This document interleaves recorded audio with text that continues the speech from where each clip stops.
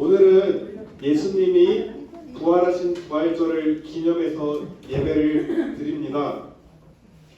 부활은 분명한 역사적 사실입니다. 이에 대해 많은 증거들이 있는데 제가 시간이 많으니 그 부분은 궁금하시면 찾아오시면 제가 말씀드리고 오늘 부활의 기쁨에 대해서 얘기를 나누고자 합니다. 부활이라는 것은요, 예수님이 십자가에서 죽으시고 부활하셨다. 자신이 부활하실 것을 예수님이 말씀하셨어요. 요한복음 11장 25절 26절에 나는 부활이요 생명이니 나를 믿는 자는 죽어도 살겠고 라고 합니다. 오늘 우리 장백자 어르신이 간증하셨듯이 한 번 육신은 누구나 다 죽게 되어 있습니다. 그런데 그 때가 아니어서 또 살려주셨지만 우리는 어쨌든 한 번은 다 죽어요. 그렇지만 죽을 때에 어떻게 죽느냐가 우리의 부활의 길이 달라진다. 제가 오늘 그거를 이야기를 드릴 겁니다.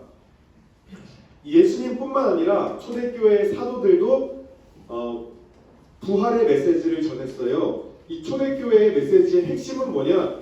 예수가 그리스도다. 그리고 예수가 하나님이시고 부활하셨다. 이게 핵심 메시지였어요. 사도들 이후에 바울 사도와 그 많은 사람들이 이후에도 계속적으로 이 핵심 메시지를 전했습니다. 근데 성경에서요, 하나님 말씀을 뭐라고 비유하는지 아십니까? 말씀을 씨라 비유해요. 그리고 우리 마음밭을 밭이라 표현합니다. 그래서 콩 심은데 뭐가 나요? 콩 나요. 팥 심은데 팥 나요. 하나님 말씀이 심어졌는데 하나님의 열매가 맺혀진다는 말입니다. 이해하기 쉽게 우리 마음에 진리의 말씀과 부활의 말씀, 생명의 말씀이 심겨지면 우리는 부활의 열매를 맺는 사람이 될 것이다 라고 합니다. 그래서 제가 오늘 우리 어르신들에게 이 생명의 부활의 복음을 증거하려 합니다. 이것을 잘 마음에 품으시고 모두 생명의 부활로 나오시길 기도합니다. 네. 오늘 예수님이 나는 하늘의 밀이다. 이 밀이 뭐예요? 곡식이죠. 하늘의 밀이 땅에 떨어져서 죽었다. 죽어서 많은 열매를 맺혔다.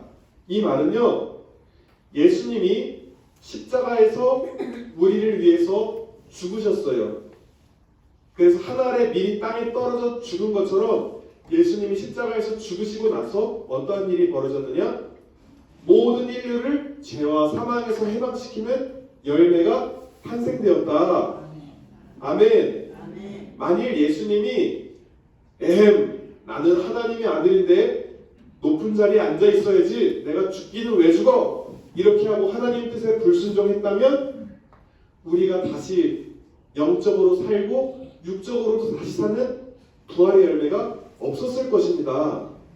예수님이 순종하셨기 때문에 죽으셨기 때문에 우리도 부활의 열매에 참여할 수 있는 많은 열매가 되었다는 것입니다. 그런데요, 우리가 부활절에 예수 부활하셨네, 기쁘다, 예수 부활하셨네 라고 하는데 그것이 나와 무슨 상관이 있는가? 이게 중요한 거 아닙니까?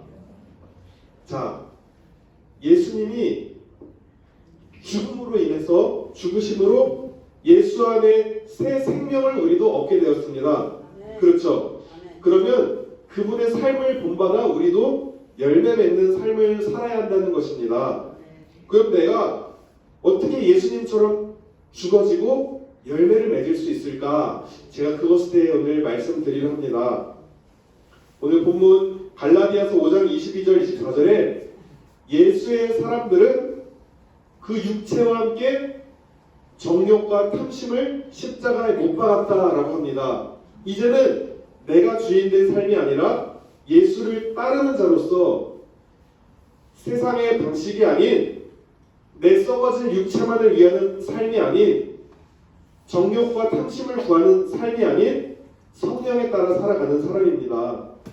정욕이 무엇입니까?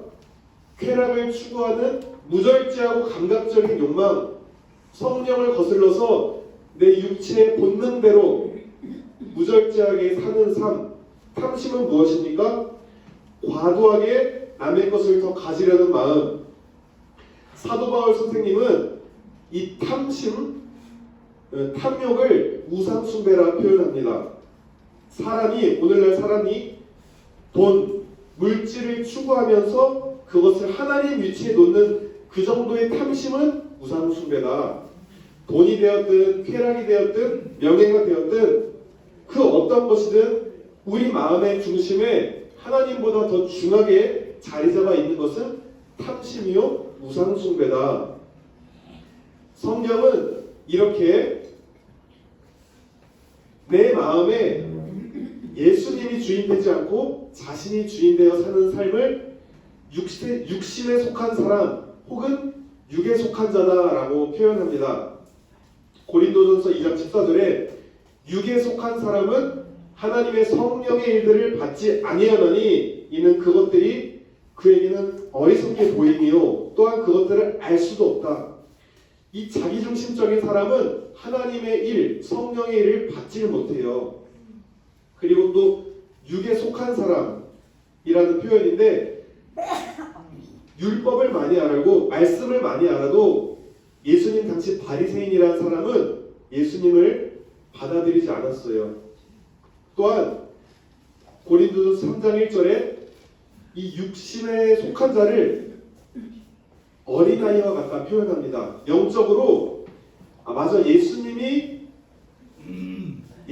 따르고 싶어, 예수님을 믿고 싶어 하지만 그 마음의 중심에 순종하지 못하고 실제로 그 마음의 주인이 예수님이 아닌 사람은 육신에 속한 자다 이렇게 얘기합니다. 이것이 오늘 정욕과 탐심에 사로잡힌 사람을 표현하는 동일한 의미입니다. 그런데요, 우리가 이 죄악된 세상, 그죠? TV를 봐도 요새 어린애들 핸드폰 보면은 음란물이나 뭐 각종 폭력물이 난무하는 시대에 삽니다. 우리가 이런 시대에 죄악된 세상을 살아가면서 이러한 나쁜 것들의 영향을 안 받을 수 없습니다. 근데 종교개혁자 마르틴 루터는 이런 얘기를 하죠. 새가 내 머리 위를 날아가는 것은 막을 수 없지만 내 머리에 둥지를 틀게 해서는 안 된다. 순간순간 우리가 죄인인지라 사람을 미워하고 음란한 생각을 하고 나쁜 마음을 먹을 수는 있어요. 사람인지라. 그런데 그것에 대해서 자꾸 생각을 꼬리를 물고 어느새 그 나쁜 생각이 내 머릿속에 둥지를 틀고 내 머리를 지배하게 된다면 그것은 안 될 일이라는 거죠. 순간순간 나쁜 생각이 들 수 있죠. 아직 그 죄성이 있는 인간인지라. 그럴 때 예수님의 이름으로 내 안에 육신적인 생각은 떠나가도록 우리 자신을 위해 기도해야 합니다. 자, 그러면 이렇게 예수님처럼 하늘의 밀이 땅에 떨어져 죽어야 되는데 그렇지 못한 사람을 육신에 속한 자라고 표현했잖아요. 그러면 육신에 속한 자가 반대되는 삶은 어떤 걸까요? 고린도전서 2장 15, 16절에 신령한 자는 모든 것을 판단하나 자기는 아무에게도 판단을 받지 아니하느니라. 누가 주의 마음을 알아서 주를 가르치겠느냐? 그러나 우리가 그리스도의 마음을 가졌느니라. 신령한 자로 표현된 사람은 일상에서 예수님의 마음으로 살아가면서 모든 것을 해석하는 사람입니다. 또한 오늘 본문 갈라디아서 5장 22절 23절 말씀처럼 성령의 열매를 맺으며 살아가는 사람입니다. 우리가 육체 예수님이 십자가에서 죽으시고 그 육체 안에 있던 하나님의 영 성령이 예수님이 승천하시고 나서 우리 각 사람에게 지금 부어졌습니다. 그래서 우리는 살려주시는 성령께서 우리의 영을 새롭게 하고 산 영이 되었습니다. 그래서 이 육에 속한 삶이 아닌 주께서 주신 성령을 모시고 그 성령의 인도에 따라 살아가는 사람은 이 땅 가운데서 성령의 열매를 맺다가 결국 부활 때에 생명의 부활로 나오게 된다라는 말입니다. 우리는요 누구나 한 번은 죽어요. 그죠? 사람 일은 태어나는 때는 정해져도 갈 때는 정해지지 않았잖아요. 그런데 성경에서 부활의 첫 열매 되신 예수님을 이어서 그리스도에게 속한 자가 이어서 부활할 것이다 라고 합니다. 성경은 믿는 자만 부활한다고 얘기하지 않고 믿지 않는 자도 부활은 한다고 해요. 왜냐? 심판을 받아야 되기 때문입니다. 근데 그 모든 사람이 각각 행한 대로 심판을 받는데 예수님을 믿고 살아가는 사람은 요한복음 5장 29절에 선한 일을 행한 자는 생명의 부활로 악한 일을 행한 자는 심판의 부활로 나오리라. 여기서 선한 일은 무엇이냐면 예수님을 믿는 신앙의 기초 위에서 행해진 모든 일이 선한 일입니다. 그러한 자는 심판의 부활이 아닌 생명의 부활로 나올 것이라 합니다. 성경의 기록을 보면요, 우리 몸이요, 이 육신이 있잖아요. 이 육신이 한번 죽으면 뭐 화장을 하든 뭐 이렇게 매장을 하든 썩어지든 이 육신은 손상되죠. 그러나 빌립보서 3장 21절에 우리의 비천한 몸을 변화시키셔서 자기의 영광스러운 몸과 같은 모습이 되게 하실 것이다. 저는 경험해보지 않았지만 성경에 기록되어 있는 것이 우리 썩어질 육신이 그리스도와 같은 영화로운 몸으로 변하게 될 것이다. 예수님이요 우리에게 살려주는 성령을 보내셨습니다. 그래서 부활의 기쁨은요 저 천국 내가 죽어서만 누리는 게 아니라 내 안에 계신 예수의 영 성령의 인도에 따라 살아가는 삶이 부활의 삶을 살아가는 것입니다. 그리고 이 땅에서 우리가 믿음의 경주를 다 마치고 주 안에서 예수님처럼 나도 역시 몸의 부활이 있을 것입니다. 그리고 주님과 영화로운 몸으로 영원히 살아가게 될 것입니다. 이런 부활의 소망을 가지고 살아가시는 우리 모두가 되길 바랍니다. 네, 그러면 어떻게 해야 되느냐? 사도 바울의 고백처럼 부활의 능력을 깨닫고 그분의 고난에 동참하고 그분의 죽으심을 본받는 삶을 살기를 원한다고 빌립보서 3장 10절 12절로 사도 바울이 고백합니다. 내가 예수님이 부활한 것을 봤으니 나도 그 부활에 참여하고자 예수님의 고난에 동참하고 그분의 죽으심을 본받는 삶을 살겠다.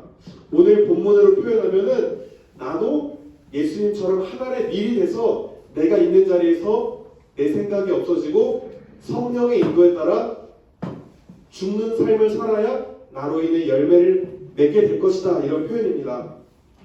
그것이 또 다른 표현은 내 육체의 정욕과 탐심을 못 받고 말씀과 성령의 인도에 따라 살아가는 삶이 성령의 인도함을 받는 삶입니다. 자, 말씀을 맺겠습니다.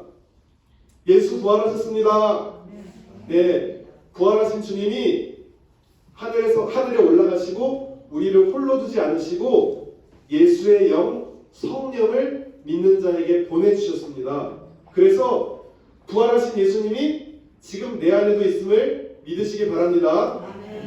그래서 이제는 예수님을 모시는 자로서 육신에 속한 자가 아닌 성령의 열매를 맺으며 부활의 기쁨을 누리고 살아가는 우리 모두가 되기를 기도합니다. 예수님은 죽으시고 부활하셨다 기쁘다 여기서 그치는 게 아니라 예수 부활이 내 부활이 되고 예수 고난이 나도 주님의 고난에 동참해서 부활에까지 참여하는 자가 되어야 합니다. 네, 그래서 이 땅에서부터 주님과 함께 부활의 삶을 누리며 살다가 그리스도에게 속한 자가 되어서 영원한 하나님 나라에 우리가 섰을 때에 심판의 부활이 아닌 생명의 부활로 나아가는 또 주님과 함께 그렇게 살아가시는 우리 모두가 다 되시기를 예수님의 이름으로 기도합니다. 아멘. 기도하시겠습니다. 하나님 아버지 감사합니다. 오늘은 부활절 부활을 맞아 이렇게 예배를 드립니다. 하나님, 하늘의 밀이 땅에 떨어져 죽어야 열매를 맺듯이 나도 이 썩어질 육신 세상의 것에 마음 두는 것이 아니라 이제는 예수님을 내 마음의 주인으로 모신 거룩한 성전이 되었습니다. 이제는 육신의 열매가 아닌 성령의 열매를 따라 성령의 열매를 맺어가며 이 땅에서 삶을 마치고 우리가 죽어서 심판의 부활이 아닌 생명의 부활로 나오는 모든 여기 계신 모든 분들 다 될 수 있도록 인도해 주옵소서. 감사드리며 예수님의 이름으로 기도드렸습니다. 아멘. 이제는 예수 그리스도의 은혜와 하나님 아버지의 극진하신 사랑과 성령의 내주 교통 역사 충만하심이 그리스도의 예수의 사람으로 육체와 함께 나의 정욕과 탐심과 자기중심적인 것들을 십자가에 못 박고 이제는 성령의 인도에 따라 살아가며 성령의 열매를 맺고 또 생명의 부활로 나아오기를 소망하며 결단하는 우리 어르신들과 그들의 자녀손들과 우리 어르신들을 섬기는 선생님들과 이 비지팅 애들스 위에 이제로부터 영원토록 함께 계실지어다. 아멘.